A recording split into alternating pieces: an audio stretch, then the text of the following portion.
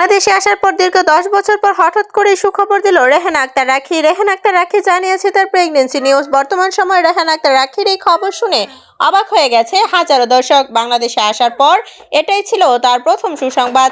শোনা যাচ্ছে যে 6 মাসে প্রেগন্যান্ট নাকি রেহানা আক্তার রাখি। তবে গুজব কতটুকু সত্য সেই বিষয়ে মুখ খুলেছে রেহানা আক্তার রাখি। লাইভের মাধ্যমে এসে জানিয়েছেন তিনি হঠাৎ করে একটি সুখবর রয়েছে আপনাদের জন্য। এই কথা শুনে অনেকেই ধরে নিয়েছে যে রেহানা আক্তার রাখি হয়তোবা মা হতে চলেছেন। তবে রেহানা আক্তার রাখি এবার লাইভের মাধ্যমে এসে বোমা ফাটালেন। তিনি জানিয়েছেন ফ্রান্সের সিটিজেন পাওয়ার পর বাংলাদেশে এসেই তিনি বর্তমান সময়ে তার মাকে নিয়ে বিদেশ চলে যাবেন এবং তার মাকেও ঘুরে দেখাবেন তার স্বপ্নের শহর ফ্রান্স। বর্তমান সময়ে রেহানা আক্তার রাখির যে মা হওয়ার বিষয়টি সেটা নিয়ে তিনি জানিয়েছেন দর্শকদেরকে আর কিছুদিন পর জানাবে এবং দর্শকদের জন্য একটি অনেক বড় সুখবর আছে প্রেগন্যান্সি নিউজ নিয়ে। রেহানা আক্তার রাখি হয়তোবা এবার আসলেই মা হতে চলেছেন, তবে এখনো মুখ খোলেনি পুরোপুরিভাবে রেহানা আক্তার রাখি। তিনি জানিয়েছেন তার স্বামী অবশ্যই বলবে সবকিছু এবং তার স্বামীর কাছ থেকেই শোনাবে দর্শকদের সুখবর।